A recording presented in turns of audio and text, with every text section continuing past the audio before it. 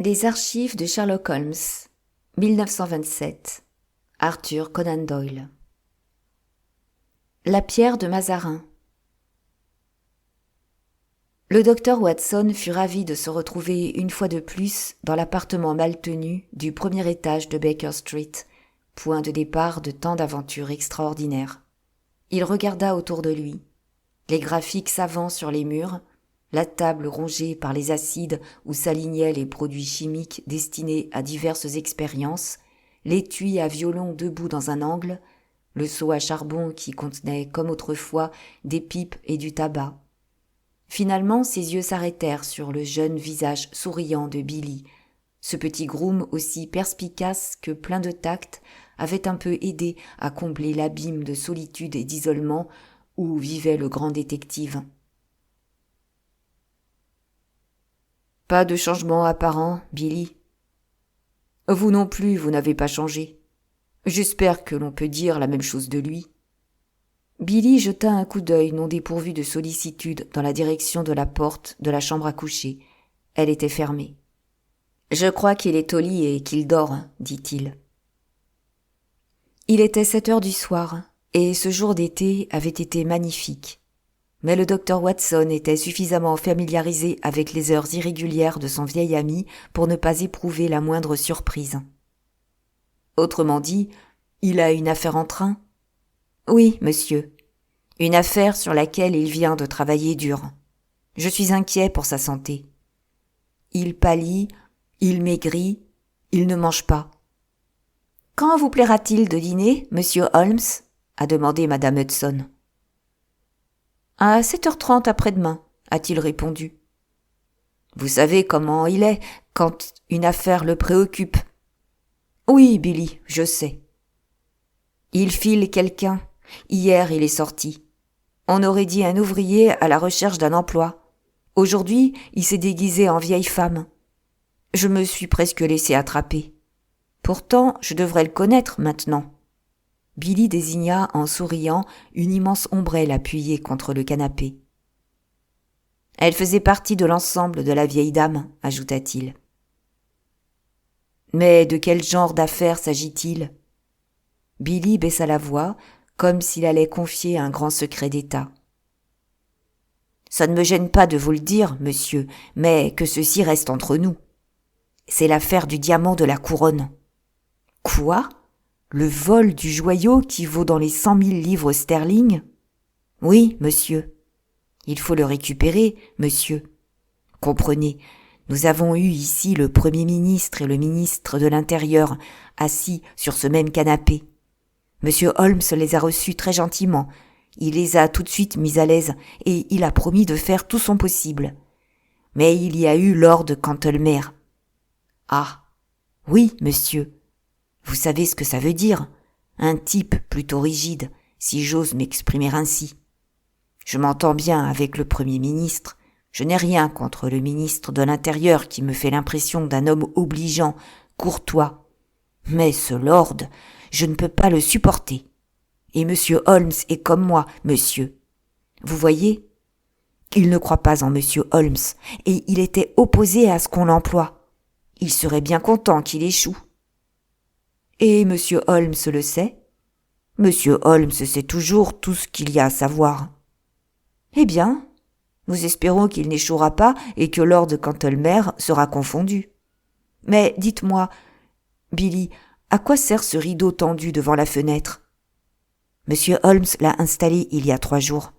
Nous avons mis quelque chose d'amusant derrière. Billy avança et tira la draperie qui masquait l'alcôve de la fenêtre en saillie. Le docteur Watson ne put réprimer un cri de stupéfaction.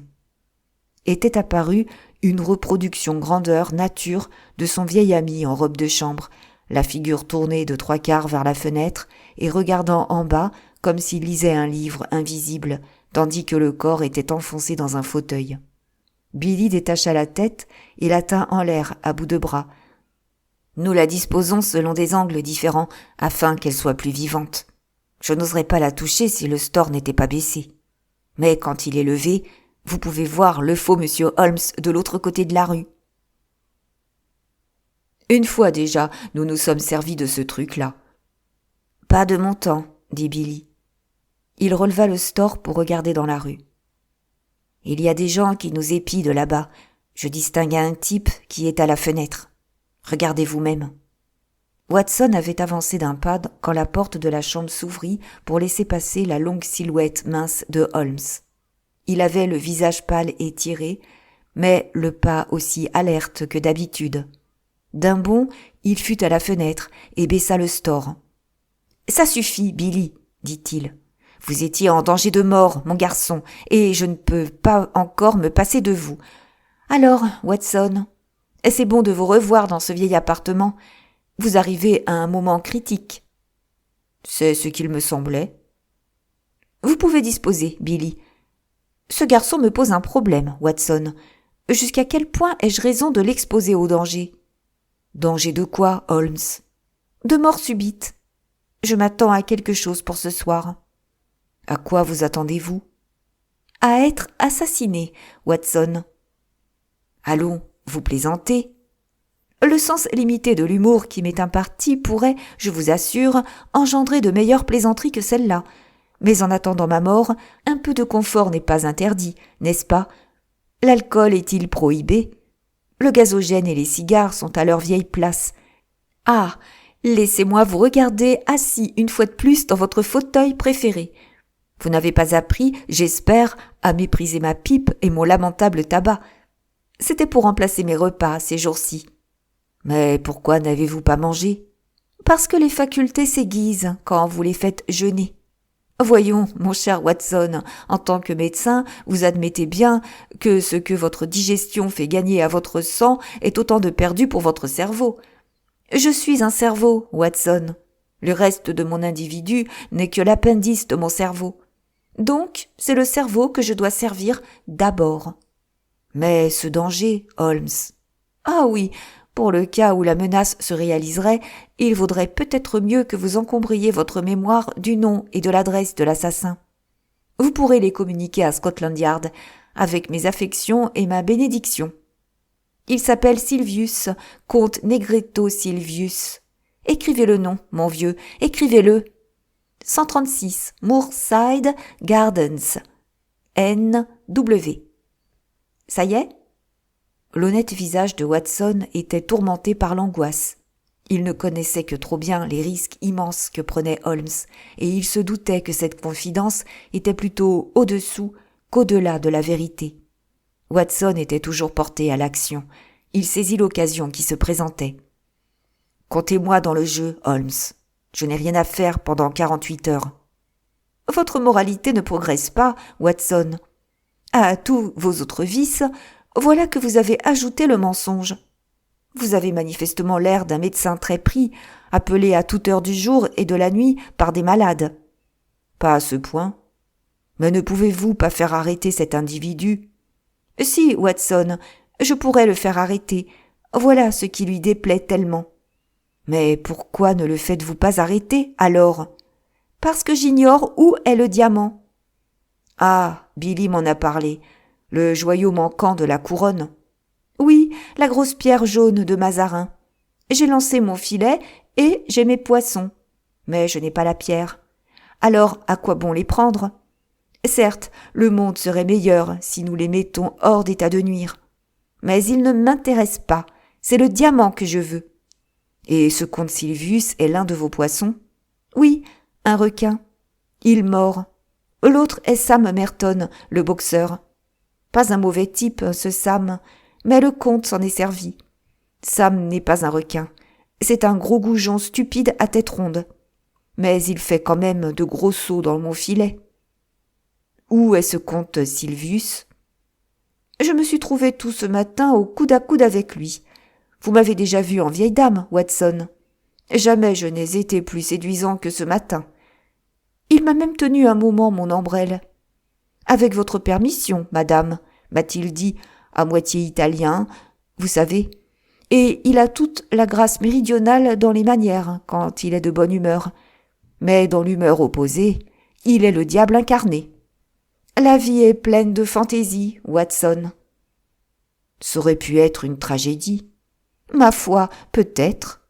Je l'ai suivi jusqu'à la boutique du vieux Straubensee. Straubensee a fabriqué un fusil à vent, un très joli joujou, je crois, et j'ai tout lieu de penser que le dit fusil est placé dans la fenêtre d'en face à l'heure actuelle. Avez-vous vu le mannequin ? Bien sûr, Billy vous l'a montré. Eh bien, il peut recevoir à tout moment une balle dans sa magnifique tête. Ah, Billy, qu'y a-t-il ?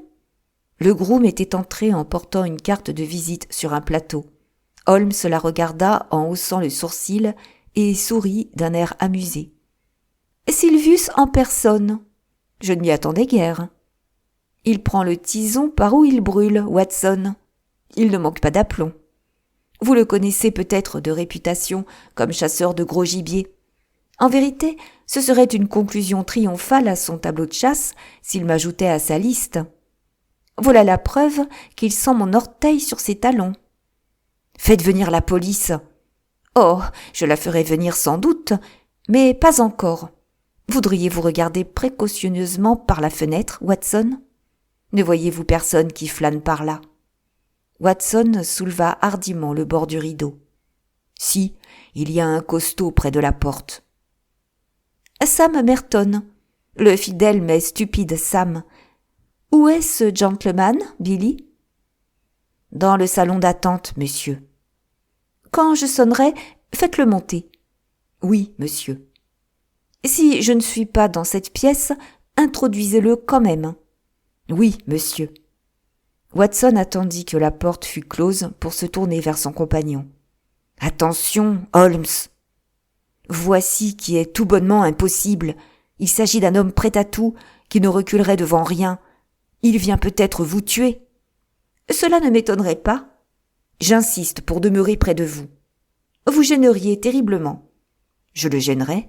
Non, mon cher ami, vous me gêneriez. Voyons, je ne peux pas vous quitter, Holmes. Si, Watson, vous pouvez. Et vous me laisserez, car vous avez toujours joué le jeu, et je suis sûr que vous le jouerez jusqu'au bout. Cet homme est venu pour un motif bien à lui, mais il se peut qu'il y reste pour un motif à moi. Holmes prit son calepin et griffonna quelques lignes. Prenez un fiacre et allez à Scotland Yard. Vous remettrez ceci à Dougal, du département des recherches criminelles. Revenez avec la police. L'arrestation du comte suivra. Avec joie, Holmes. Avant votre retour, j'aurai peut-être juste le temps de découvrir où est la pierre. Il sonna. Je crois que nous passerons dans la chambre. La deuxième issue est très utile dans certains cas. Et puis, j'aime voir mon requin sans qu'il me voie. Vous savez que j'y réussis assez bien quand je le veux. Ce fut donc dans une pièce vide que Billy, quelques instants plus tard, introduisit le comte Sylvius. Le célèbre chasseur, sportsman et homme du monde, était gros, basané, pourvu d'une formidable moustache noire qui protégeait une bouche cruelle aux lèvres minces et que surplombait un long nez recourbé en bec d'aigle. Il était bien habillé, mais sa cravate brillante, son épingle étincelante, ses bagues flamboyantes produisaient trop d'effet. Quand la porte se referma derrière lui, il inspecta les lieux d'un regard farouche, perçant, comme s'il soupçonnait un piège dans chaque meuble. Il sursauta violemment quand il vit la tête impassible et le buste de la robe de chambre qui émergeait du fauteuil devant la fenêtre. D'abord sa figure n'exprima que de la stupéfaction, puis la lueur d'un espoir horrible éclaira ses yeux sombres, meurtriers. Il jeta un regard rapide autour de lui pour être sûr qu'il n'y avait pas de témoin, et puis, sur la pointe des pieds, sa lourde canne à demi levée, il s'approcha de la silhouette immobile. Il était en train de se ramasser pour prendre son élan et frapper, quand une voix froide, sardonique, l'interpella par la porte ouverte de la chambre à coucher. « Ne le cassez pas, comte. Épargnez-le. » L'assassin recula, surpris. Il releva sa canne, comme pour tourner sa violence de la copie vers l'original. Mais dans le regard gris acier et dans le sourire moqueur, il lut quelque chose qui l'obligea à baisser la main. « C'est une jolie petite œuvre d'art, » fit Holmes, en avançant vers le mannequin de cire. Tavernier, le modéliste français, en est l'auteur. Il est aussi adroit pour travailler la cire que votre ami Straubenzee pour fabriquer des fusils à vent. Des fusils à vent, monsieur? Que voulez-vous dire?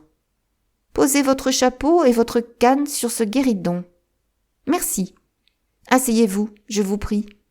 Cela vous gênerait de vous débarrasser de votre revolver? Oh, qu'à cela ne tienne. Si vous préférez vous asseoir dessus.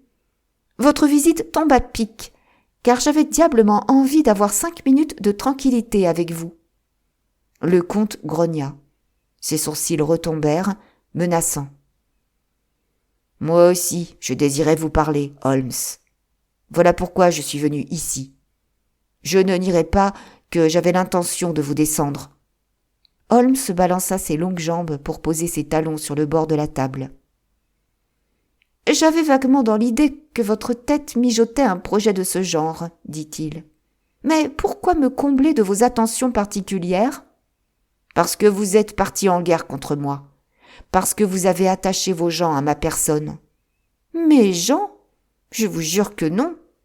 Mensonge. J'ai été suivi. Et je les ai fait suivre. C'est un jeu qui peut se jouer à deux, Holmes. Petit détail, comte Silvius. Mais peut-être pourriez-vous vous adresser correctement à moi? Certes, avec mon travail routinier, je me trouve soumis à une certaine familiarité avec la moitié des bandits de ce monde. Vous conviendrez que, venant de vous, elle est désobligeante. Très bien, donc, monsieur Holmes. Bravo, mais je vous affirme que vous vous êtes trompé avec mes soi-disant agents. Le comte Silvius eut un rire méprisant. D'autres hommes possèdent un don d'observation égal au vôtre. Hier, c'était un vieux chômeur. Aujourd'hui, une vieille femme. De la journée, ils ne m'ont pas quitté d'une semelle. Vraiment, monsieur, vous me flattez.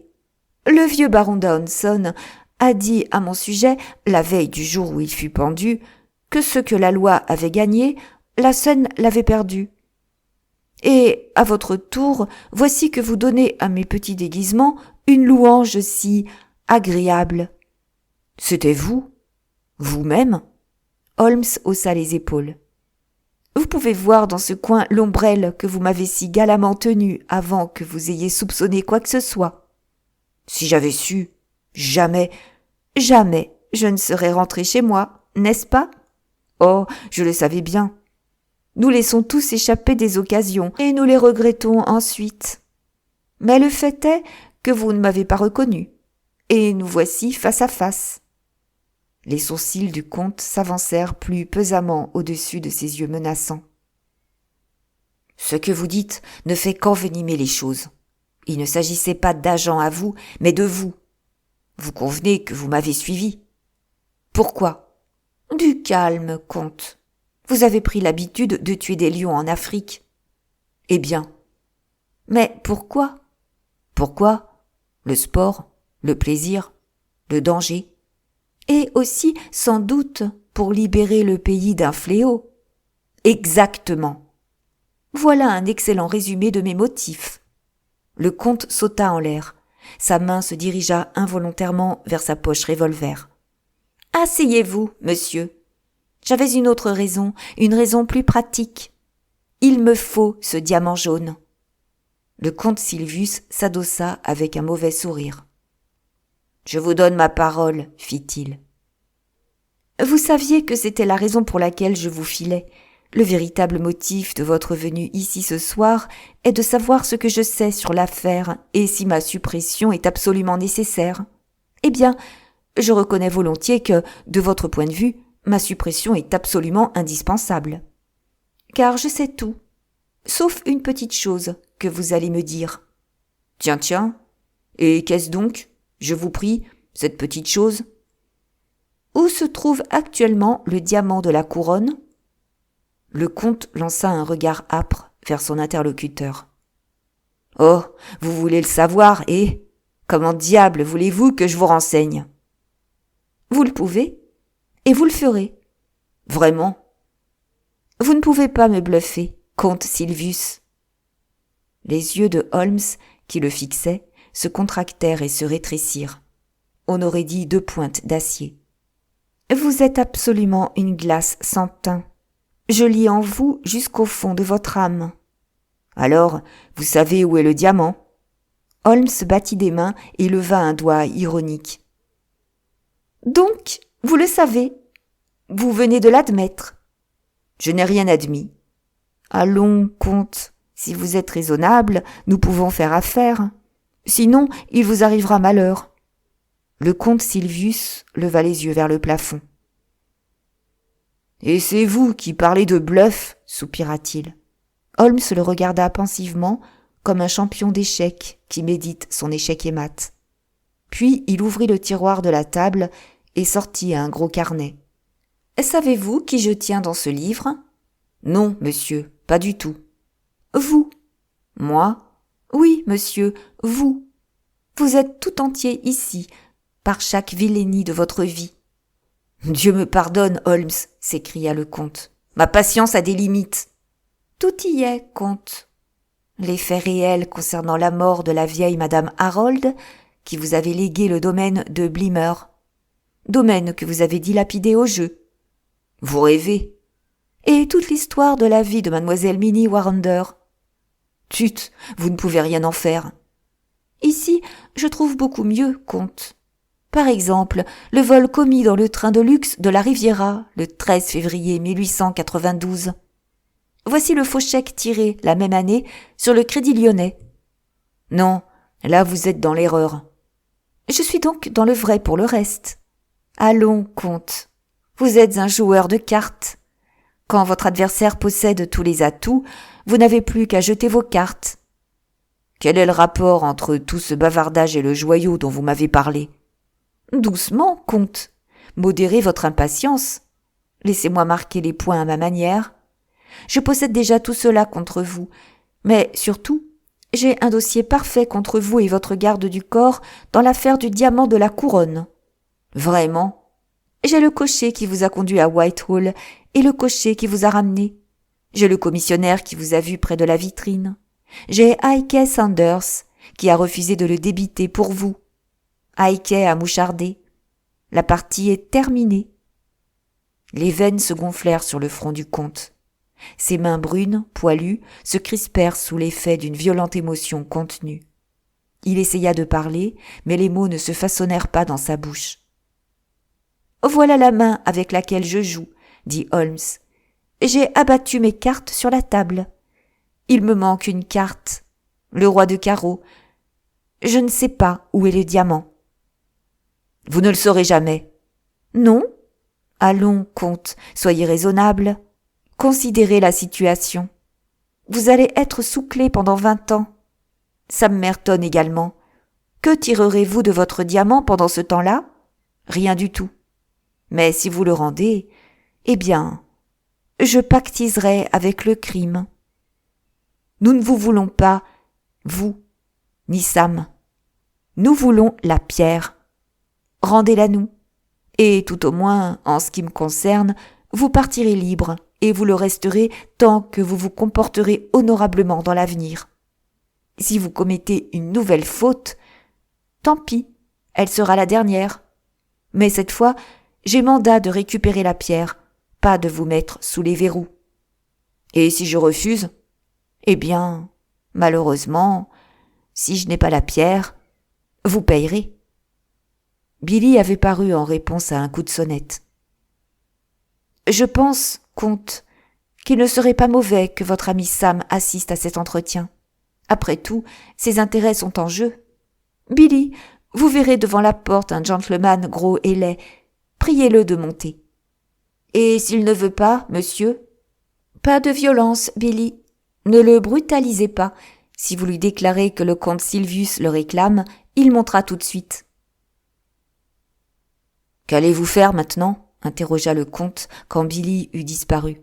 « Mon ami Watson vient de me quitter. Je lui ai dit que dans mon filet, j'avais un requin et un goujon.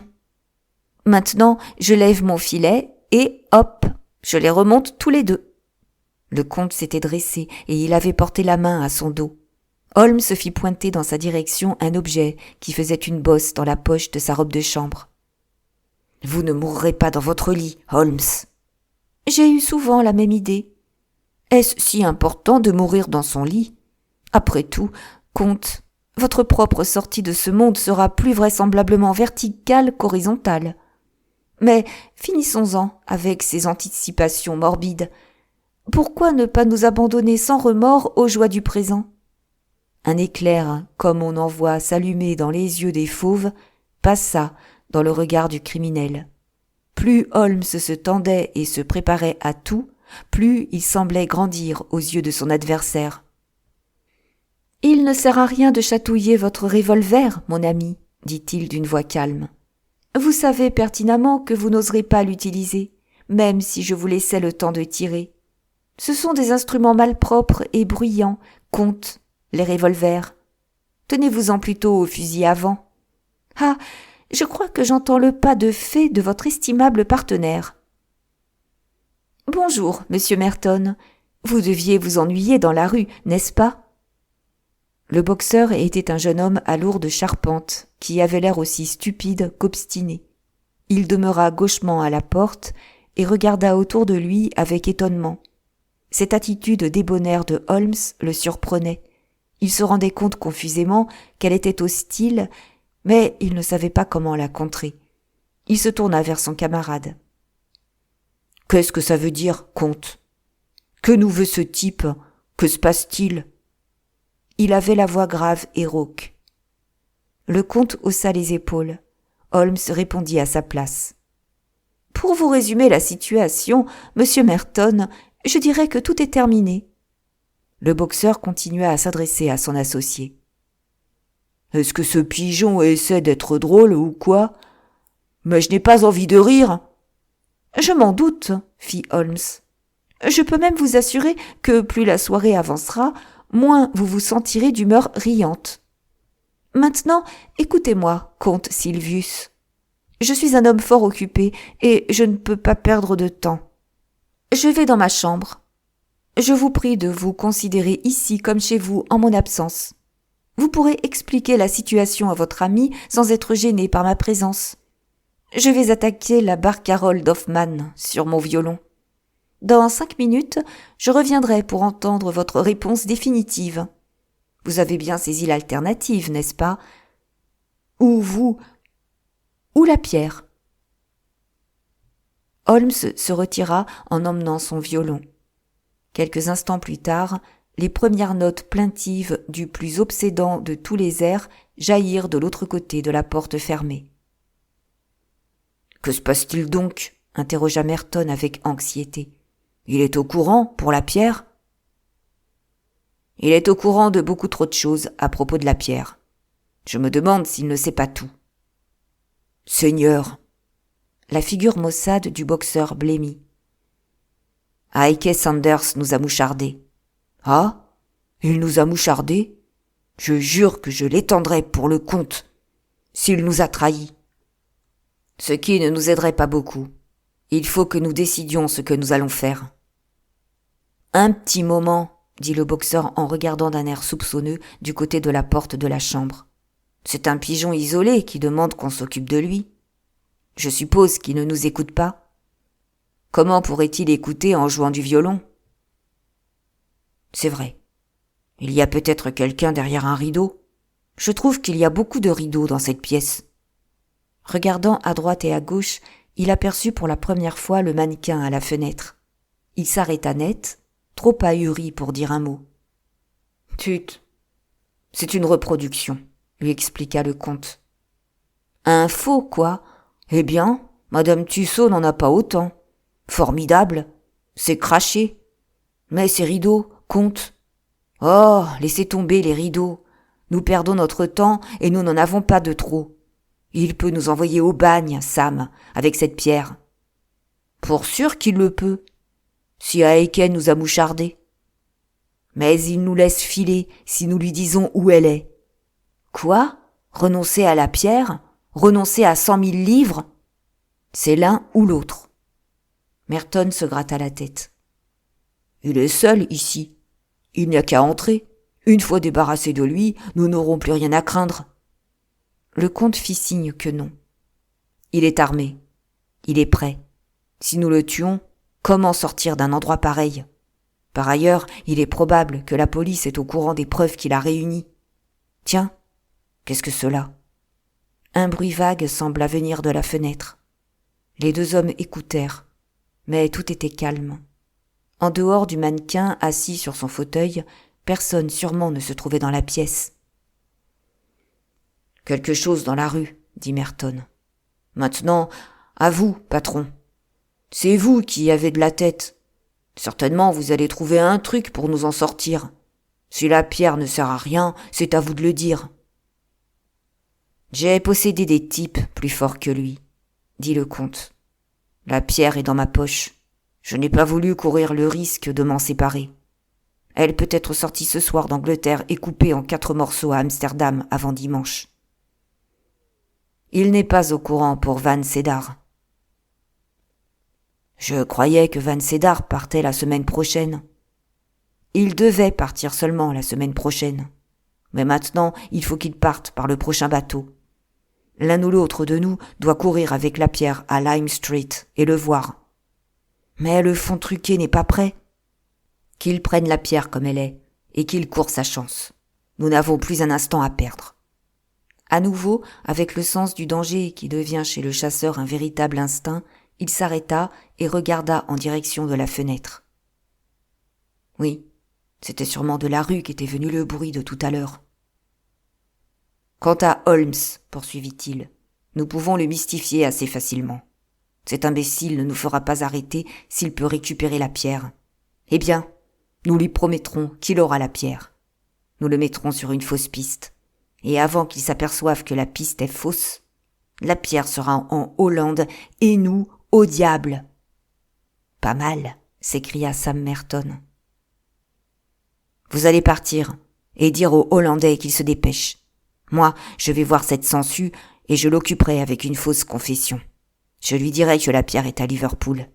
Oh, au diable cette musique! Elle me porte sur les nerfs. Pendant qu'il constatera qu'elle n'est pas à Liverpool, elle sera à Amsterdam et nous sur l'eau bleue. Revenez ici ensuite. Voici la pierre. Je me demande comment vous osez la porter sur vous. Où serait-elle mieux en sécurité ? Puisque nous avons pu la voler à Whitehall, quelqu'un d'autre pourrait aussi bien la voler chez moi. Laissez-moi la regarder un peu. Le comte Silvius couvrit son complice d'un regard peu flatteur et dédaigna la main malpropre qui se tendait vers lui. « Eh bien, vous croyez que je vais la garder pour moi ? Dites donc, mister, je commence à être un peu fatigué de vos manières. »« Allons, Sam, je ne voulais pas vous froisser. Nous ne pouvons pas nous offrir le luxe d'une querelle en ce moment. Mettez-vous près de la fenêtre si vous voulez voir convenablement le joyau. Levez-le à la lumière. Là. » « Merci !» D'un bond, Holmes avait sauté du fauteuil du mannequin et s'était emparé du précieux joyau. Il le tenait dans une main et de l'autre, il pointait un revolver vers la tête du comte. Les deux bandits reculèrent, stupéfaits. Avant qu'ils se fussent repris, Holmes avait sonné. « Pas de violence, messieurs. Aucune violence, s'il vous plaît. Respectez mes meubles. Votre situation est sans issue. La police attend en bas. » La stupéfaction du comte l'emporta sur la peur et la colère. « Mais comment diable ?» balbutia-t-il. « Votre surprise est tout à fait normale. Vous ne saviez pas qu'une deuxième porte de ma chambre ouvrait derrière ce rideau. J'ai eu peur que vous m'ayez entendu quand j'ai déplacé le mannequin, mais la chance était avec moi. Ce qui m'a donné l'occasion d'écouter votre conversation distinguée, laquelle aurait été contrariée si vous vous étiez douté de ma présence. » Le comte fit un geste de résignation. « Nous vous donnons gagnant, Holmes. Je crois que vous êtes le diable en personne. »« Sinon lui, du moins un de ses proches parents, » répondit Holmes avec un sourire poli. L'esprit lent de Sam Merton commençait à réaliser la situation. Comme des pas pesants se faisaient entendre dans l'escalier, il rompit enfin le silence. « Un drôle de flic, fit-il. Mais je ne comprends pas. Cette rengaine, je l'entends encore. »« Vous avez parfaitement raison, » répondit Holmes. « Le violon continue à jouer. Ces gramophones modernes sont une invention remarquable. » La police fit irruption. Les menottes se refermèrent sur les poignets des criminels. Ceux-ci furent emmenés vers le fiacre qui attendait en bas. Watson demeura avec Holmes et le complimenta sur le nouveau laurier qu'il venait d'ajouter à sa couronne. Mais leur conversation fut interrompue par l'imperturbable Billy qui entra avec une carte de visite sur un plateau. « Lord Cantlemer, monsieur. »« Faites-le monter, Billy. Voici le père éminent qui représente de très hauts intérêts, dit Holmes. C'est un excellent personnage très loyal, mais qui date légèrement. L'assouplirons-nous un peu? Oserons-nous prendre avec lui certaines libertés? Il ne sait certainement pas ce qui vient de se passer. » La porte s'ouvrit sur un homme maigre, au visage austère, taillé à coups de hache, paré d'énormes favoris noirs mi-victoriens qui s'harmonisaient assez mal avec les épaules voûtées et la taille mince. Holmes s'avança avec affabilité et serra une main molle. « Comment allez-vous, Lord Cantlemer ? Il fait frais pour cette époque de l'année, mais dans un appartement, la température est assez douce. Voulez-vous retirer votre manteau ? » « Non, merci. Je le garde sur moi. » Holmes posa une main insistante sur la manche. « Je vous en prie, permettez-moi. Mon ami le docteur Watson vous dirait que ces changements de température sont traîtres. » Sa seigneurie se libéra avec quelque impatience. « Je suis très bien, monsieur. D'ailleurs, je ne reste pas. Je suis simplement entré pour savoir si votre enquête progressait. »« Elle est difficile, monsieur. Très difficile. » « Je pensais bien que vous la trouveriez difficile. » Le ricanement perçait sous les paroles et l'attitude du vieux courtisan. « Chacun d'entre nous découvre ses limites, monsieur Holmes. Mais au moins cette découverte guérit-elle d'une faiblesse humaine, la satisfaction de soi-même. »« Oui, monsieur, je suis très embarrassée. »« Je n'en doute point. Spécialement sur un point. Peut-être consentiriez-vous à m'aider ? Vous me demandez conseil un peu tard aujourd'hui. Je croyais que vos méthodes suffisaient à tout. Toutefois, je suis disposé à vous aider. Voyez-vous, Lord Cantlemer, nous pourrons sans aucun doute constituer un dossier contre les voleurs. Quand vous les aurez pris ? En effet. Mais la question qui se pose est comment opérerons-nous contre le receleur ? N'est-ce pas un peu prématuré ? Il vaut mieux que nos plans soient tout prêts. À votre avis, quelle preuve pourrait être considérée comme formelle contre le receleur ? Quelle preuve ?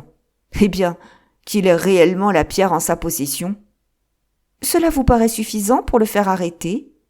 Naturellement. Holmes riait rarement, mais cette fois, il approcha vraiment du gros rire. En ce cas, mon cher monsieur, je vais être sous la pénible nécessité de vous faire arrêter. Lord Cantlemer se mit très en colère. Ses joues creuses se colorèrent de vieilles flammes qu'on aurait pu croire irrévocablement éteintes. Vous prenez de grandes libertés, monsieur Holmes. En 50 années de vie officielle, je ne me souviens pas d'une audace analogue. Je suis fort occupé, monsieur, engagé dans des affaires importantes. Et je n'ai ni le goût, ni le temps de plaisanter stupidement. Je tiens à vous dire, monsieur, que je n'ai jamais cru en vos facultés, et que j'ai toujours considéré que l'affaire aurait été bien mieux menée par la police régulière. Votre comportement confirme toutes mes conclusions. J'ai l'honneur, monsieur, de vous souhaiter le bonsoir. Avec vivacité, Holmes s'était déplacé, et il s'était interposé entre le père et la porte. « Un moment, monsieur, lui dit-il. Partir pour de bon avec la pierre de Mazarin serait un crime beaucoup plus grave que d'être trouvé en sa possession provisoire. Monsieur, voici qui est intolérable. Laissez-moi passer. Plongez la main dans la poche droite de votre manteau. Que voulez-vous insinuer, monsieur ? Allons, allons, faites ce que je vous dis. » Dans la minute qui suivit, le père demeura pétrifié, clignant des yeux et bégayant, avec la grosse pierre jaune dans la paume de sa main tremblante. « Comment ? Quoi ? Monsieur Holmes ? » ?»« C'est trop fort, Lord Cantlemer. Trop violent, n'est-ce pas ? » s'écria Holmes. « Mon vieil ami Watson vous dira que les farces sont chez moi une habitude impie, et aussi que je ne résiste jamais au plaisir de créer une situation dramatique. J'ai pris la liberté, une très grande liberté, j'en conviens, de mettre la pierre dans votre poche tout au début de notre entretien. Le vieux lord regarda le visage souriant de Holmes. Monsieur, je suis émerveillé, mais oui, c'est bien la pierre de Mazarin. Nous sommes grandement vos débiteurs, monsieur Holmes. Votre sens de l'humour peut, comme vous en avez convenu, être un tant soit peu déplacé et ses manifestations remarquablement hors de propos. Du moins, je retire tout ce que j'ai pu dire sur vos stupéfiantes qualités professionnelles. Mais comment ? Les détails attendront. Je ne doute pas, Lord Cantlemer, que le plaisir que vous prendrez à raconter l'heureuse issue de cet incident dans les milieux supérieurs que vous allez retrouver rachètera quelque chose de ma mauvaise plaisanterie. Billy, voulez-vous reconduire sa seigneurie et avertir Madame Hudson que je serais heureux si elle montait le plus tôt possible à un dîner pour deux ?